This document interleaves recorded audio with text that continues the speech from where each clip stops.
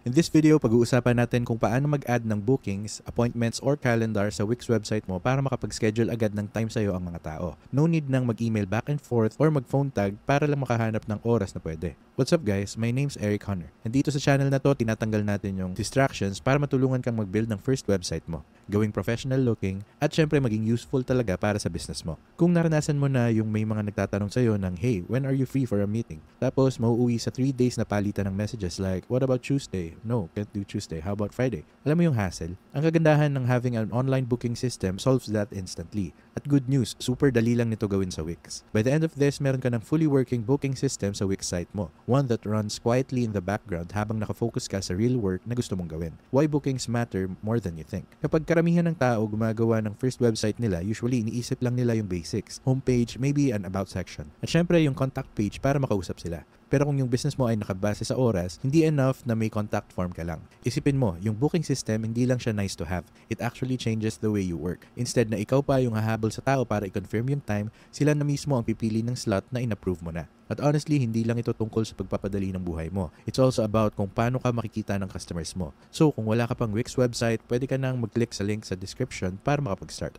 Meron ding free plan ang Wix na pwede mong gamitin. At kung gusto mo ng mas advanced features, pwede ka rin mag-upgrade later on. So, all you need to do is click yung link, ilagay yung email address mo, tapos click start now. After nun, nag-sign up na ako gamit yung Gmail account ko. Ito na agad yung next step. Pwede tayong dumaan sa setup wizard na to or i-press lang yung skip. Ako, i-click ko na muna yung skip. Next, tatanungin ka kung gusto mong mag-start with AI para tulungan kang buuin yung ideas mo. Ako, pipiliin ko yung setup without that. Tapos sasabihin niya, what type of website do you want to create? So, ilalagay natin like consultant website. Kahit consultant lang, okay na. Then, i-click natin yung continue and i-prepare niya na yung dashboard para sa atin. Step 1, adding Wix bookings to your site. So, meron ng sariling built-in tool si Wix na tinatawag na Wix bookings. Hindi mo na kailangan gumamit ng third-party plugin or mag-hack ng kung ano-ano. Nasa app market na nila siya. Alright, so iset up na natin ito ngayon. Dito sa taas, search ko lang yung Wix Booking Apps for Site. Kiklik ko yan and naka-install na siya. So okay na tayo. Kiklik ko lang yung open. Tapos dito sa ilalim ng catalog booking services, ito na yung meron tayo. So ngayon na enabled na siya sa site natin, pwede na tayong mag-add ng new service. Step 2, creating your services. Ngayon, once na nasa site mo na yung Wix bookings, time na para i-set up kung ano talaga yung ina-offer mo. So gawin na natin yung bagong service para sa isang 30-minute phone call. Ang gusto natin dito is isang appointment. So i-click mo lang yung start from scratch, tatawagin natin itong 30-minute discovery call. Para sa description, ilalagay natin, let's take 30 minutes to get to know each other and decide if we're a good fit. Duration, gagawin lang natin 30 minutes. Ngayon, ito yung crucial, yung buffer time. Instead na magkakadikit na 30-minute appointments kapag may nag-book, magbibigay siya ng buffer which is nice. Pwede kang mag-restroom break, mag-take notes, at mag-prepare para sa next call. So, isaset natin to sa 15 minutes. Sa baba naman, meron tayong price and payment. May iba't ibang options dito. Pwedeng per session, with a plan, or per session or with a plan. Piliin lang natin yung per session. Fixed price sana. Pero actually, gagawin na lang natin siyang free and leave that.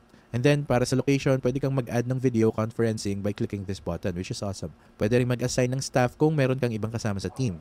And then, click natin yung save. Step 3, syncing your calendar. Dito, magsisimul lang mag-feel na parang magic. Kapag kinonect mo na yung Wix bookings sa personal or work calendar mo, automatic niyang ibablock off yung mga times na busy ka na at mag-update siya instantly kapag may nag-book sa'yo. Okay, so punta tayo sa settings at hahanapin natin yung calendar sync. So, itatype ko lang calendar sync. Booking settings. Okay, so under booking integrations, dito mo siya makikita. Step 4, setting up payments. Ngayon, kapag nag-charge ka for your time, lifesaver talaga tong step na to.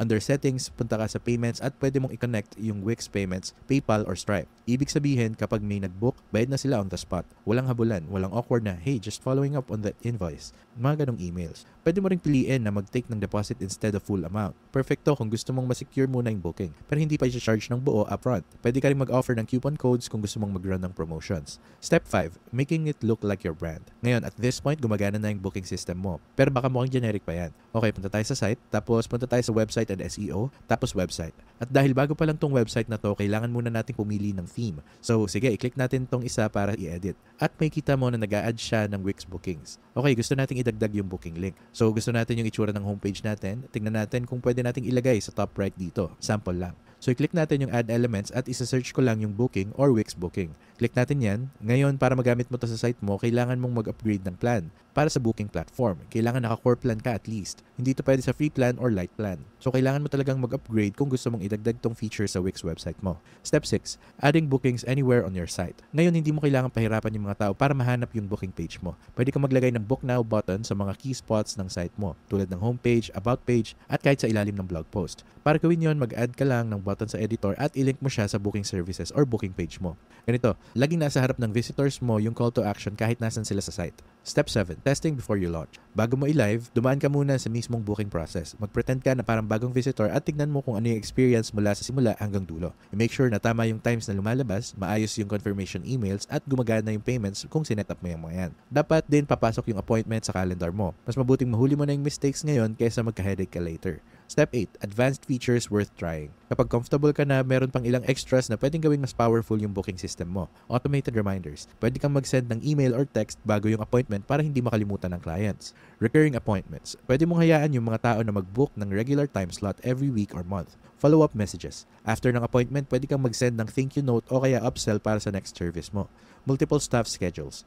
Kung may team ka, bawat tao pwedeng i-manage yung sarili nilang availability. Real-world examples. Kunwari, may home cleaning service ka. Sa Wix bookings, may kita ng customers kung anong days ka available. Pipili sila ng time at pwede pa silang magbayad ng deposit upfront. Ibig sabihin, sure ka na seryoso sila at pwede mo nang i-plan yung schedule mo nang hindi ka natatawag-tawagan pa. The point is, hindi lang siya tech feature. Isa talaga siyang system na babaguhin kung paano ka magpatakbo ng business araw-araw. Kaya yung pag-add ng bookings, appointments, or calendar sa Wix site mo, baka 1 oras lang max i-set up. Pero binabayaran ka nito weekly sa oras na nasa-save at sa mas smooth na communication. Kapag naka-run na siya, may isip mo talaga paano mo na ma-manage dati nang wala to. Kaya install mo na. I-set up mo yung services mo, i-test mo, tapos hayaan mo na siyang gumawa ng heavy lifting para sa'yo. Ngayon, kung gusto mong magsimula gamit yung mga products na napag-usapan natin today, makikita mo yung link sa description below. Affiliate links itong mga to. Ibig sabihin, we do earn a small commission kapag ginamit mo sila. Pero at no extra cost sa'yo. At malaking tulong talaga tong commissions na to para masuportahan yung channel at makapagpatuloy kaming gumawa ng free content na ganito. Kaya kung gagamitin mo sila, sobrang thank you in advance. Kung helpful sa itong video na to, don't forget to like, subscribe, at hit yung notification bell para hindi mo makaligtaan ang mga bagong videos. Dito sa channel, gumagawa kami ng videos on how to create websites, i-explore yung iba't ibang website builders, pag-usapan yung domain names, at marami pang iba. Kaya make sure to subscribe. Other than that, thank you so much for watching and takits tayo sa next one.